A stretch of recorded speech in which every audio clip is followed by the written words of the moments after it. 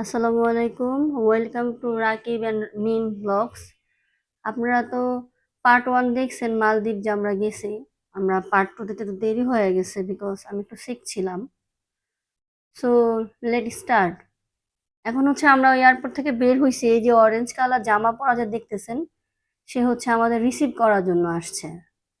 আর আমরা হচ্ছে মালদ্বীপে যে হোটেলে উঠছিলাম, সেই হোটেলের নাম হচ্ছে অরেঞ্জ বিচ। এটা হচ্ছে মালদ্বীপের এয়ারপোর্টের রাস্তা। খুবই নিট অ্যান্ড ক্লিন। এখন আমরা গাড়ি দিয়ে যাচ্ছি। আমরা গাড়ি থেকে নামছি, নামার পরে হচ্ছে একটু দূরে নামাই দিছে, হোটেলটা একটু দূরে ছিল। এই যে হাঁটতেছি, আমরা মোট 30 জনের একটা ট্যুরে গেছিলাম। 30 জন মানুষ ছিল। এই যে যেটা দেখতেছেন না হাতের বাম পাশে, এটা হচ্ছে আমাদের হোটেল মালদ্বীপ।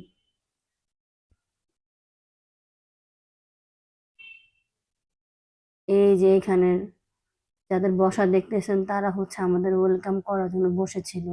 আর এটা হচ্ছে রিসিপশন। এখন আমরা রুমে যাব। এটা হচ্ছে আমাদের রুম। আমাদের রুমটা সুইটস কাপল রুম ছিল। সুন্দর ছিল, অত খারাপ ছিল না। আমরা হচ্ছে ফ্রেশ হয়েছি। ফ্রেশ হওয়ার জন্য রুমটা একটু অগোছালো হয়ে গেছে, ঠিক আছে। এটা হচ্ছে রুমের বাইরের ভিউ। আমাদের রুমটা ছিল 5 তলায়, লিফটের 4। এমনি মোটামুটি সুন্দরই আছে।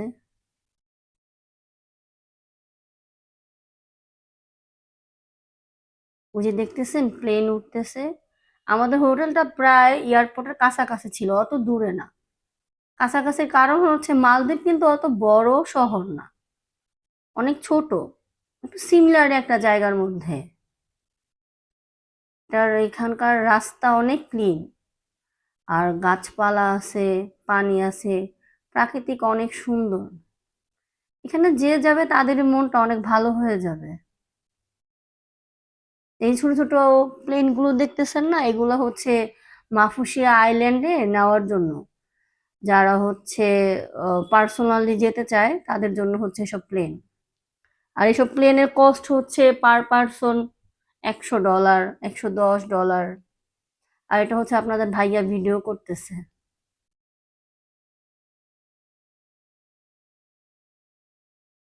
এখন আমরা নিচে যাব।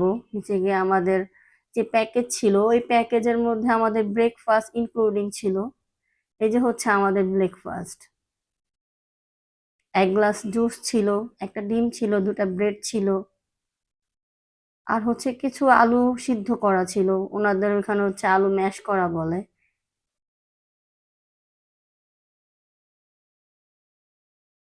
এমনি এই যে যাদের দেখতেছেন খাইতেছে তারা আমাদের সাথেই আসছে। এখন আমরা বের হইছি, হোটেল থেকে বের হওয়ার পর একটু হাঁটতেছি। এখন আমরা বিচের দিকে যাব। আমাদের হোটেলের পাশে একটা বিচ ছিল, অনেক সুন্দর ছিল বিচটা।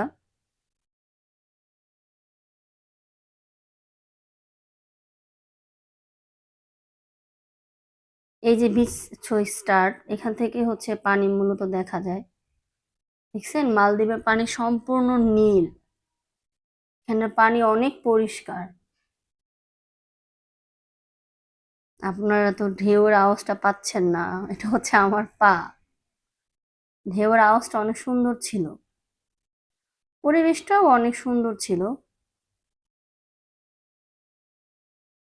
এখানে সব ধরনের হোটেলই হচ্ছে 4 থেকে 5 তলা, এর বেশি হাই কোনো হোটেল নাই।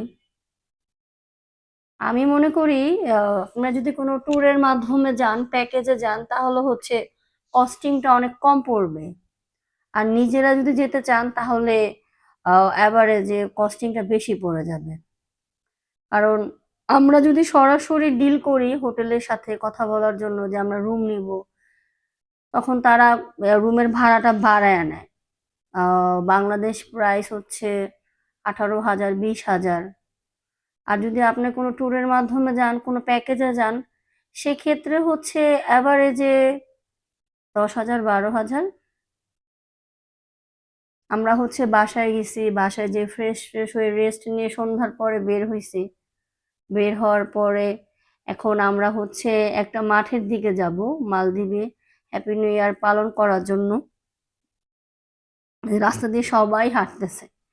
এখানে হাঁটার জন্য হচ্ছে রাস্তার দুই পাশে স্পেস আছে, আপনারা ইচ্ছা করলে বাংলাদেশিদের মতোই হুটহাট করে রাস্তা পার হতে পারবেন না, রাস্তাতে হাঁটাও সম্ভব না। এই যে এই মাঠটাতে এখন হচ্ছে একটু পরেই হচ্ছে 31st নাইটের কিছু স্পেশাল ওকেশন প্লেস করবে। দেখছেন কত মানুষ, হাজার হাজার লাখ লাখ মানুষ, অনেক মানুষ ছিল। মানে মাঠটা এত বড় ছিল, মানে বলার বাইরে। এই যে 31st নাইটের জন্য তাদের যে অর্গানাইজ করা যে জিনিসগুলো ছিল, যেমন ফানুস, বেলুন, এগুলো তারা হচ্ছে আতশবাজি, শুধু তাদের যে প্লেস ফিক্সড করা যে মাঠ আছে এটার মধ্যেই হচ্ছে বসতে হবে। আদারওয়াইজ কোথাও যে আপনি একটু গান বাজনা কোনো কিছু করবেন ওরকম পারবেন না। মানে আমাদের বাংলাদেশের তুলনায় অন্যান্য কান্ট্রিতে সবকিছু অনেক ডিসিপ্লিন আছে, সবকিছু রুলস অনেক ফলো করতে হয়। এই বেলুনগুলো, ধানুষগুলো প্রায় 10-15 মিনিট তারা ইয়া করছে, বাজাইছে।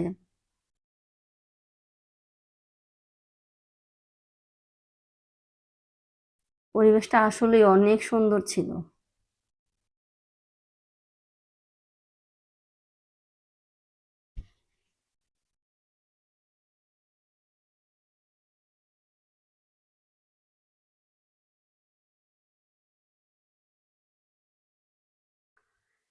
এই মাঠে যে শুধু ধানুষই উড়াইছে তা না, এখানে বড়দের জন্য বাচ্চাদের জন্য অনেক খেলার স্পেস ছিল।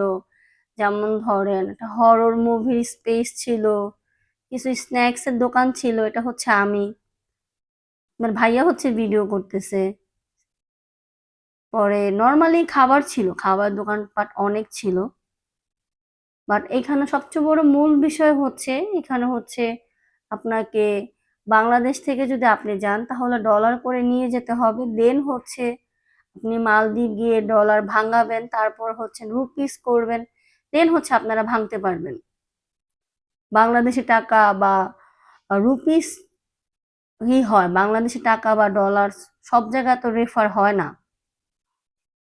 আর আমরা যখন গেছি তখন হচ্ছে বাংলাদেশি টাকায় 13,000 হচ্ছে আমরা $100 পাইছি। $100 ভাঙানোর পর আমরা মালদ্বীপ হচ্ছে 1700 রুপি পাইছি। কত ডিফারেন্স! এখনই প্রায় শেষ হয়ে যাবে বেলুন ফুটানো, আতশবাজি ফুটানোর পর হচ্ছে সবাই তো এটার জন্যই আসছে, অনেক মানুষ ছিল, না হলেও লাখ লাখ মানুষ তো হবেই।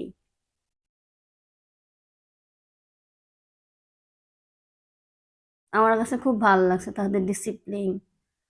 মালদ্বীপের একটা বিষয় হচ্ছে আপনি যদি রাস্তা পার হতে যান, আপনাকে দেখলে গাড়িওয়ালা স্টপ হয়ে যাবে, গাড়ি নিজেই থেমে যাবে, আপনার আর হাত দিয়ে থামাইতে হবে না।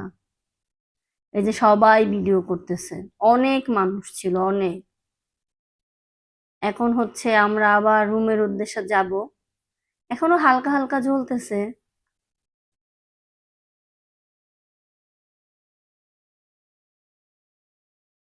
আসলে মনে করলেই না ভালো লাগে।